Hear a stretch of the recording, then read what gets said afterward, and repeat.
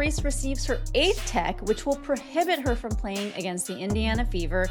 And 2, she's in some pretty hot water with her teammates about that Chicago Tribune article. Honestly, hasn't been the greatest week for Angel Reese because she did an interview where she talked about all things Chicago Sky, but there was a couple things that she said in the interview that truly rubbed her teammates and her coach the wrong way. And it was kind of a firestorm yesterday on social media. One of the things that was mentioned in the report is that Reese said that she doesn't believe her teammates Rachel Bannum or Haley Van Lith are capable of leading a playoff team. And according to the Tribune, Reese believes that the team needs to be overhauled this season around just 2 solidified pieces on the 2026 roster, herself and Camila Cardoso. She said, "I'm not settling for the same crap we did this year. We have to get good players.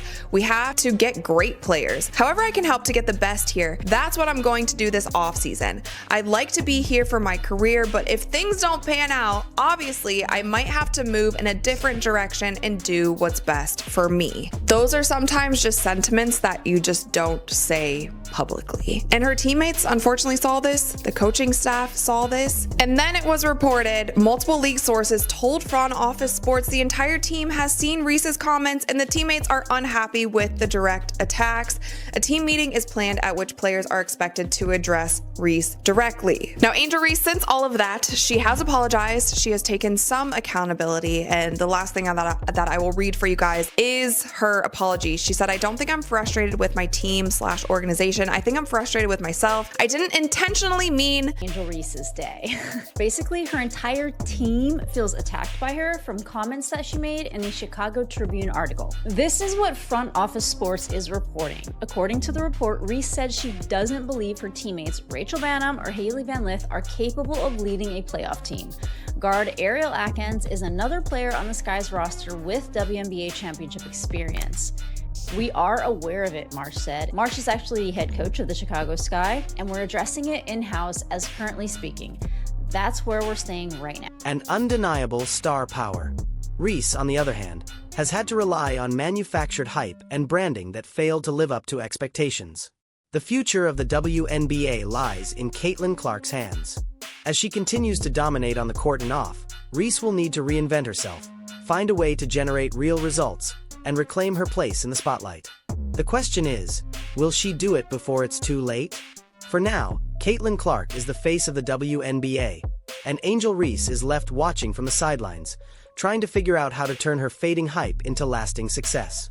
Said, I will read you some of the excerpts, which does kind of not make her team look good. One of which say, "We can't rely on Courtney," that's Courtney Vandersloot, "to come back at the age that she's at. I know she'll be a great asset for us, but we can't rely on that.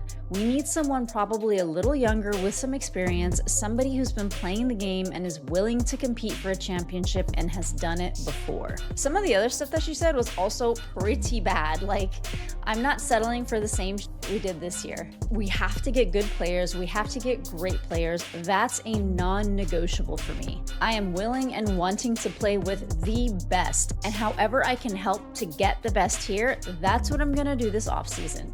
So it's going to be very, very important this offseason to make sure that we attract the best of the best because we can't settle for what we have this year." Her saying we can't settle for what we have this year, that is basically like a slap in the face to Becca Allen. That is a slap in the face to Rachel Bannum. That is a slap in the face to Ariel Atkins. And here's another quote. Now let's dig into what sparked all of this: Angel Reese's public comments.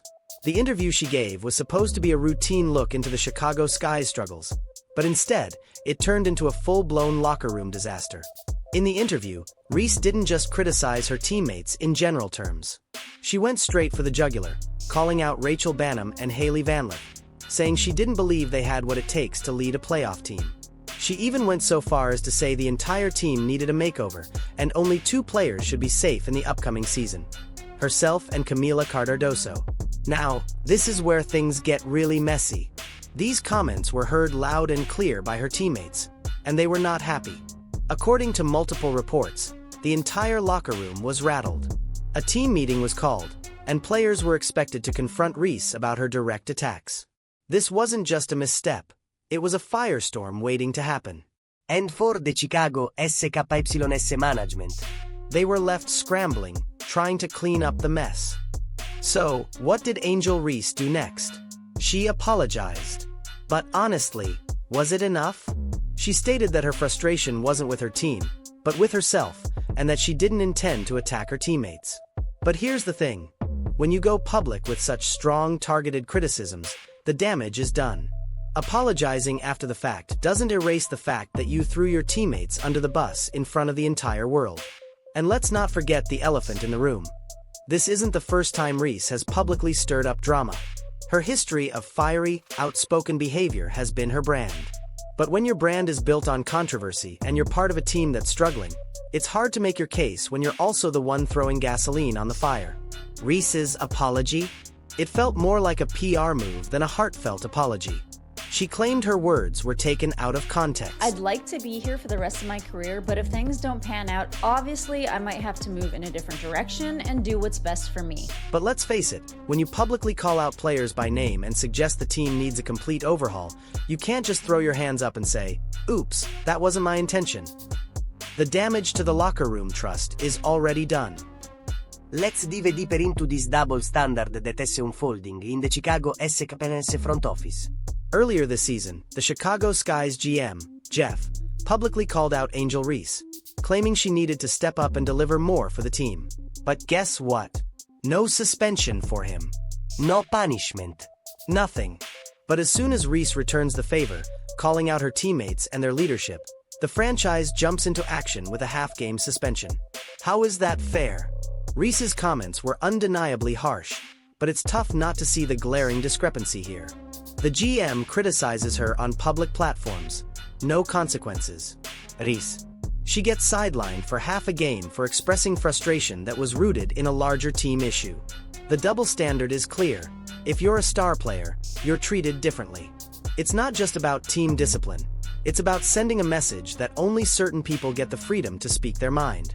This is where the Chicago Sky are failing. The inconsistency in their decisions only fuels resentment and division. Players like Reese should be held accountable, sure. But so should the leadership that constantly changes the narrative. How can any player trust a management that doesn't hold itself to the same standards? If Jeff can criticize his players publicly without consequence, why should Reese's words be treated so differently? This entire situation highlights a lack of cohesive strategy and direction from the top. A team can't thrive if the leaders don't have a firm grasp on what they stand for. And right now, Chicago doesn't. Now, let's focus on how this whole situation is playing out in the public eye, because it's a disaster. I don't think I'm frustrated. I probably am frustrated myself right now. I think the language is taken out of context, and I really didn't intentionally mean to put down my teammates because they've been through this with me throughout the whole year. They busted my ass, just how I busted my ass. They showed up for me through thick and thin in the locker room when nobody could see anything. So I would apologize to my teammates, which I already have, about the article and how it was misconstrued, about what was said, and I just have to be better with my language because I know it's not the message, it's the messenger, and understanding what I say can be taken any kind of way, so I just have to really be better and grow from this. The Chicago Sky have completely mismanaged this, and the world is watching.